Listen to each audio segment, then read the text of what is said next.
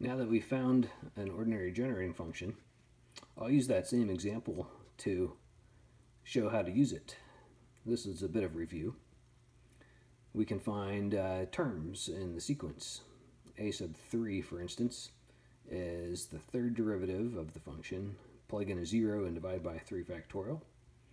And you can take that function from the previous page, try that, probably on the computer. Answer comes out 43, which exactly was the correct answer for a sub 3. Or you can also, using the computer, find the series for f of x. Type in series brackets f of x, where you put f of x in there, on Wolfram, for instance. And I tried that. Well, I actually already knew what the answer would be since I double checked it. And I got 1 plus 7x plus 19x squared plus 43x cubed plus, and then an order of x to the 4 and so on. When you do that, a sub n is the coefficient of x to the n. That's because we're working with an ordinary generating function. So I can grab the 43 directly right off the x cubed. That's my answer for a sub 3. Or we can take the answer for the generating function and work backwards to find the Maclaurin series for f of x. And once we find the Maclaurin series for f of x, we can get a sub n as a closed formula using n. So here's the answer we found already, f of x. And there's a couple of algebraic things you could do. I think the fastest one is to take that first fraction and break it up with partial fractions. It's already factored for us, so I can break it up into 1 minus a over 1 minus x plus b over 1 minus 2x. Both of those are degree 1 polynomials underneath. So I did that in the box. In the box I find capital A and capital B using the partial fraction method. Basically, we just put those in there to stand in for variables and for numbers, and then we find a common denominator and set the numerators equal to each other.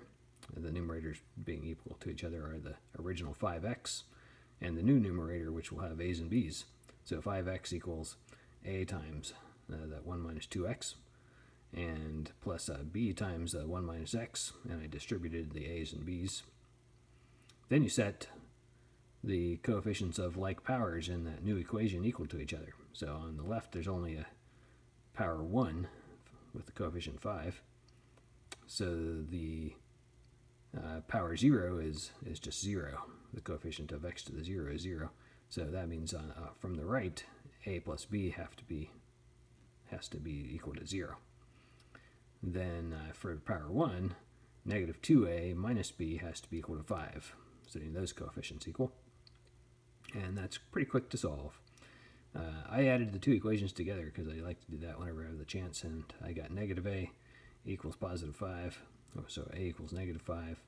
And then from the first equation, they have to sum to 0, so that means b has to be equal to 5. So now I can fill those in, and I get that my f of x is equal to these three fractions, negative 5 over 1 minus x, plus 5 over 1 minus 2x, plus 1 over 1 minus 2x. You can double check that, of course. Do that addition and make sure you get back to the 5x over 1 minus x, 1 minus 2x.